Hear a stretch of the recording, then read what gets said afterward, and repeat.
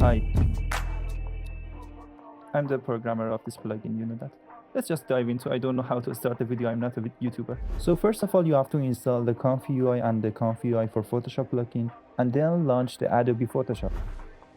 So we have our Photoshop plugin here. I will usually pin it at the right side, but for the YouTube video, I prefer to pin it at the left side to make it bigger and easier to see for the users. Okay, that's cool. I have a dark square and a red circle, and I want to use it as an image input for my AI. And press the render button to see what will happen. So if you switch to your browser and see what is going on in your ComfyUI backend, you can see you have a node named Photoshop to ComfyUI plugin, and so you can get this image easily as an input and do some process like this and get this image as output. This is what is happening here. You can easily modify this workflow whenever you want. If we switch back to our Photoshop plugin, you can see the output is not that good.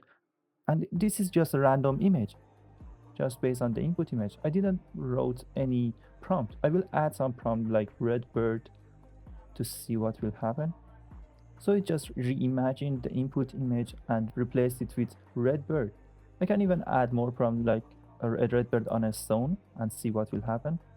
That's an amazing result. I can even press on the randomize to see another random image. It will not change your prompt. It will just create another image based on your prompt and your input image. And as you see, the rendering process is so fast. It's almost about 1 second per image. So we can use it for real-time rendering just by turning on this little option. And you can see that when I move or change anything in my Photoshop canvas, it will render it again by the AI. That's what this checkbox do. Let's see another quick example.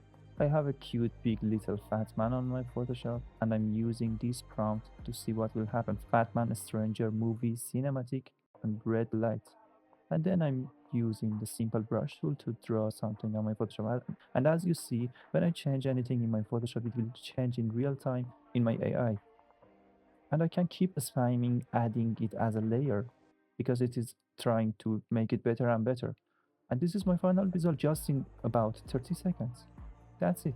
Before showing you the output, let's do another quick example. I'm using the fat man funny, happy, and meme this time as a prompt and start drawing some random color here. I can simply create an image like this. So I'm using this image as an input. I'm generating these two images by just typing a prompt, and you can easily generate posters like this.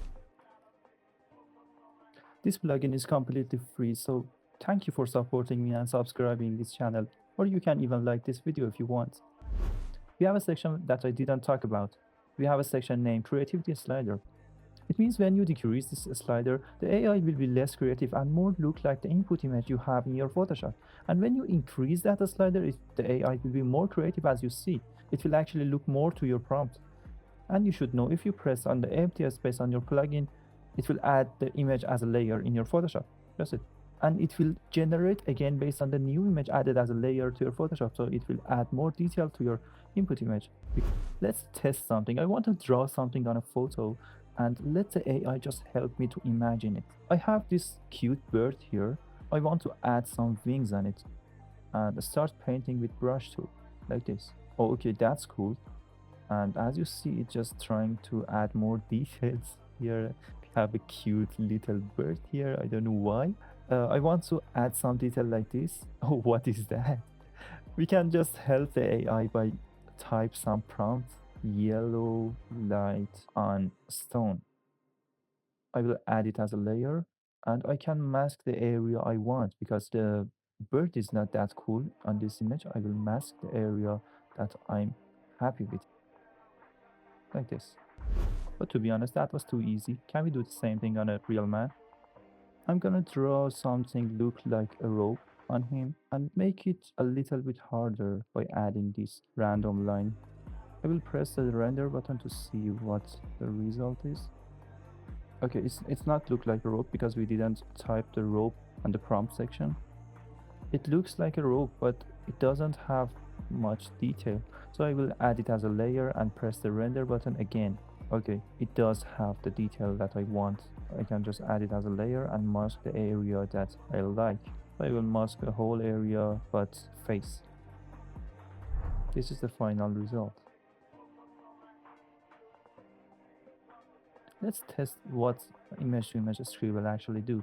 I just draw a house here, and this is just a simple image to image, not a scribble image to image. We want to test what will happen if we increase the creativity slider. Look, that's cool, but it's not a home. It's just like a better version of our scribble. We can just simply go for a scribble image to image and select it. And as you see, the output image looks alike as the input. And that's crazy because in fact, in the workflow section, you can see that it is limited to these lines here. So the result will always have these lines. We can even move it and or even duplicate it, make it smaller to see what will happen. Oh, that's funny. Yeah, you can play around with it. Let's go and test the inpainting and outpainting and see how it works. In order to test the inpainting and outpainting, we need to first select the inpainting preset and then make a selection on the area we want to change.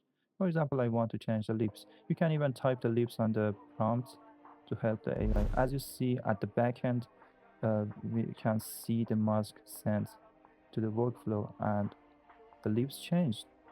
I really like these new lips. Let's just change this area and remove it to see what will happen. I can type pale here. Yeah, it works. Can we do the same thing to expand an image? Yes, but you need one more step. You need to use the crop tool to expand an image and then select the outside of this image and then select the outpainting and press render.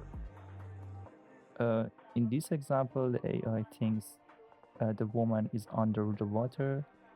And if you want to change the background, you can just select the subject, then just press Ctrl-Shift-I to invert the selection, and then type a prompt. For example, I want to type nature here. Whoa. Look at the details here.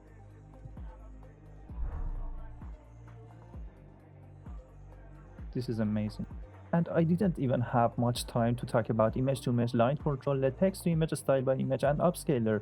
You can even add your workflow and modify this workflow as much as you want because it's ComfyUI and you can change anything you want. Thank you for watching this video. I will try to update the plugin every week and explain it in this channel, so subscribe for more.